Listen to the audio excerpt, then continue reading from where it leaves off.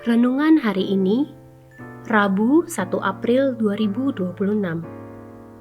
Bacaan Alkitab menurut Injil Yohanes pasal 13 ayat 21 hingga 32. Setelah Yesus berkata demikian, ia sangat terguncang, lalu bersaksi, "Sesungguhnya aku berkata kepadamu, salah seorang di antara kamu akan menyerahkan aku." Murid-murid itu memandang seorang kepada yang lain. Mereka ragu-ragu siapa yang dimaksudkannya. Salah seorang di antara murid Yesus, yaitu murid yang dikasihinya, duduk makan di sebelahnya. Kepada murid itu, Simon Petrus memberi isyarat supaya dia menanyakan siapa yang dimaksudkan Yesus. Lalu murid yang duduk dekat Yesus itu berpaling dan berkata kepadanya, "Tuhan, siapakah itu?" Jawab Yesus, "Dialah yang kepadanya aku akan memberikan roti sesudah aku mencelupkannya." Sesudah itu, ia mencelupkan roti itu, lalu memberikannya kepada Yudas, anak Simon Iskariot.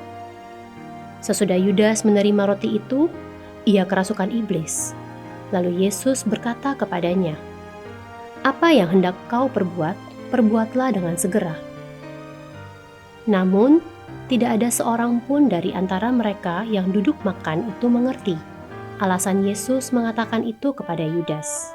Karena Yudas memegang kas, ada yang menyangka bahwa Yesus menyuruh dia membeli apa-apa yang perlu untuk perayaan itu, atau memberi apa-apa kepada orang miskin.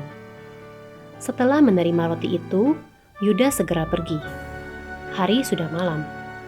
Sesudah Yudas pergi, berkatalah Yesus, "Sekarang Anak Manusia dimuliakan dan Allah dimuliakan di dalam Dia. Jikalau Allah dimuliakan di dalam Dia, Allah akan memuliakan Dia juga di dalam dirinya, dan akan memuliakan Dia dengan segera."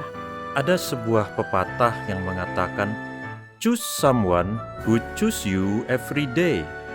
Pepatah ini menggambarkan bagaimana watak manusia ketika hendak menjalin relasi dengan manusia lainnya, bahwa manusia selalu memiliki kecenderungan untuk berelasi dengan mereka yang juga rindu berelasi dengannya. Demikian juga sebaliknya, relasi interpersonal hampir jarang terjalin apabila tidak ada kerinduan yang sama dari kedua belah pihak. Itulah mengapa ada banyak orang yang memilih untuk hidup dengan dirinya sendiri tanpa perlu berelasi dengan orang lain. Agaknya, hal itu tidak berlaku bagi Yesus. Yesus, Sang Anak Allah, bukanlah sosok polos yang tidak mengetahui niat jahat Yudas Iskariot. Penginjil Yohanes mencatat bahwa sejak semula Yesus telah mengetahui bahwa Yudas akan terlibat dalam upaya penangkapan dan penyerahan Yesus, ayat 21 dan 26.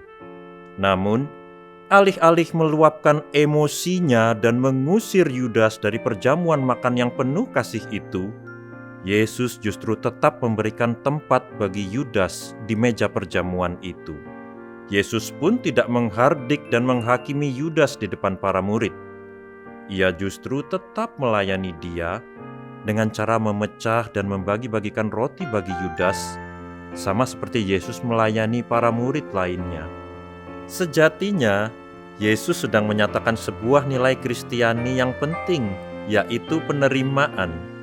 Layaknya Yesus yang dengan tangan terbuka dan penuh kasih menyambut Yudas di dalam perjamuan makan yang intim itu, demikianlah juga seharusnya penerimaan seorang Kristen pada segala hal yang terjadi di dalam kehidupannya, baik pada realitas yang baik maupun tidak.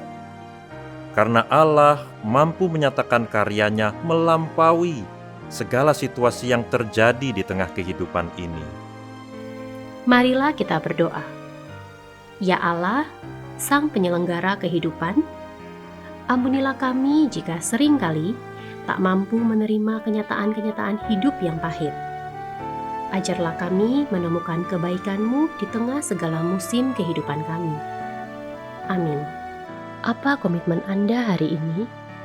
Tuliskanlah di buku renungan Anda.